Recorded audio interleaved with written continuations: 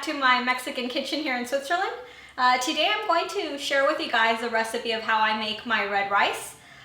In the group I have, this is actually one of the recipes where most women complain that the rice just kind of breaks apart and they don't get these nice whole grains. So until now, this recipe has worked for me every single time. I'm gonna knock on wood so it stays like that. But I hope you guys enjoy making this with me. The ingredients you need for your red rice are 1 cup of rice. I'm using in Switzerland the Carolina parboiled.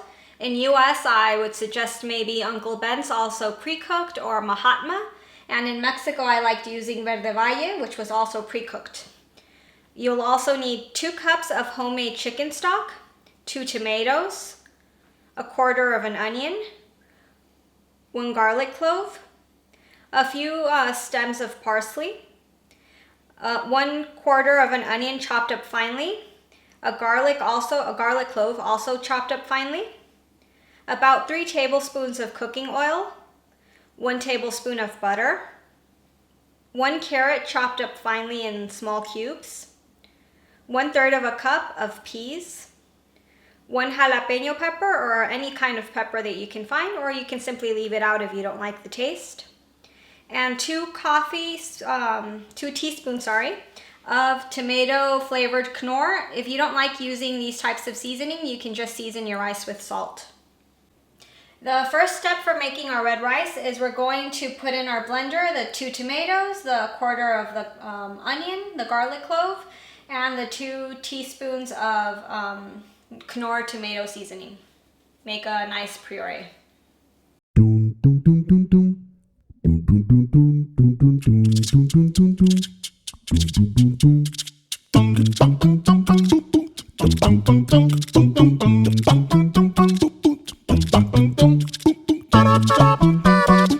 Okay, for the next step, we're obviously going to need a casserole, a pan. It has to have a lid on it. That's very important. You need this to have a lid. So what we do next is we're going to put the 3 tablespoons of oil and the tablespoon of butter to heat up and melt. Once it's nice and hot, you're going to put your rice. As I mentioned before, I'm using pre-cooked rice, so you don't really need to fry pre-cooked rice. This is more for when you're using white rice. But I like doing it anyhow. If you guys want to not really fry it, you don't have to. You can do all the steps straight away without really having to fry it. So we let it fry for about a minute or 2. Then we're going to add the crushed garlic and the chopped up onions. We give it a mix in there also for about another minute. And then we're going to add the tomato puree we made. And also we're going to let it cook in there for about 2 to 3 minutes.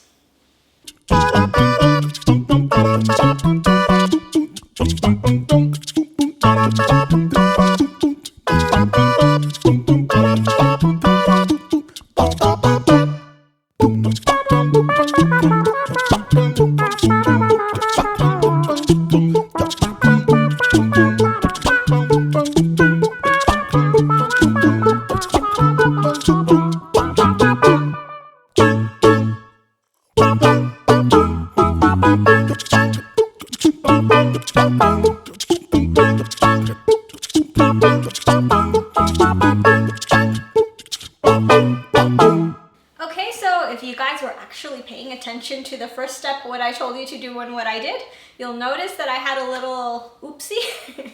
I was distracted by my husband. We were talking. So what you had to do was you fry your rice a little bit, and then you add the chopped up garlic and onion, and then you put the tomato puree. I fried my rice and then I put the tomato puree, and then I added the garlic and onion. And that's fine. I mean, it would be a pity to throw that out. The taste maybe changes a little bit, but to be honest, you wouldn't notice. I've had this accident before. I'm a distracted person, so that's okay. Now what we have to do is we're going to add our chicken broth, our carrots, our peas, our parsley, and the chili pepper, the jalapeño. There's 2 ways you can do this. I'm just going to put a slit through it so that the juices seep out into the rice and it gives it flavor, but it's not spicy. If you guys like things to be more spicy, you can always just cut it through in half and let it sit in your rice, and it will turn out a bit, or actually a bit more than spicy.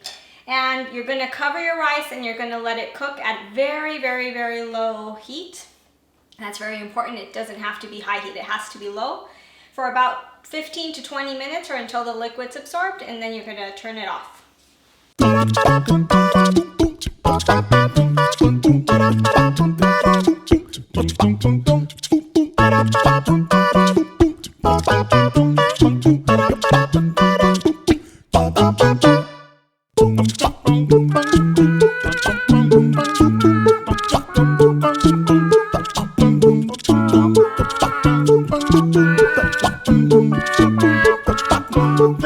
Okay, so there's no more liquid in the rice, it's absorbed. So the next step is fluffing it up with our fork. We're just gonna move it a bit gently.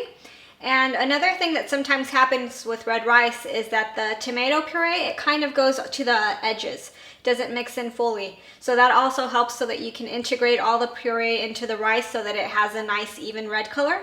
This time it didn't happen. As you can see, it's all nice and red, but it has happened before, and this is also a good way to integrate the color to all the rice and fluff it up at the same time.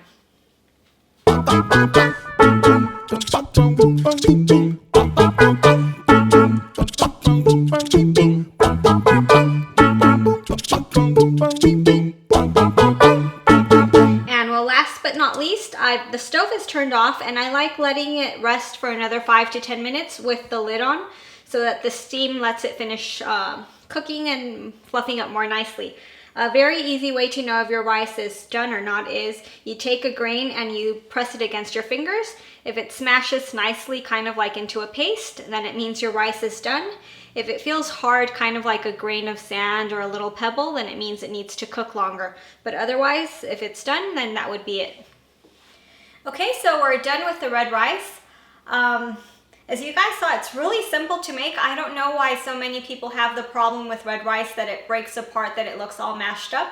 If you follow my recipe, you won't have that problem. As you can see, let me see if I can manage. I'm a bit short, but let's see if I can get you guys to see.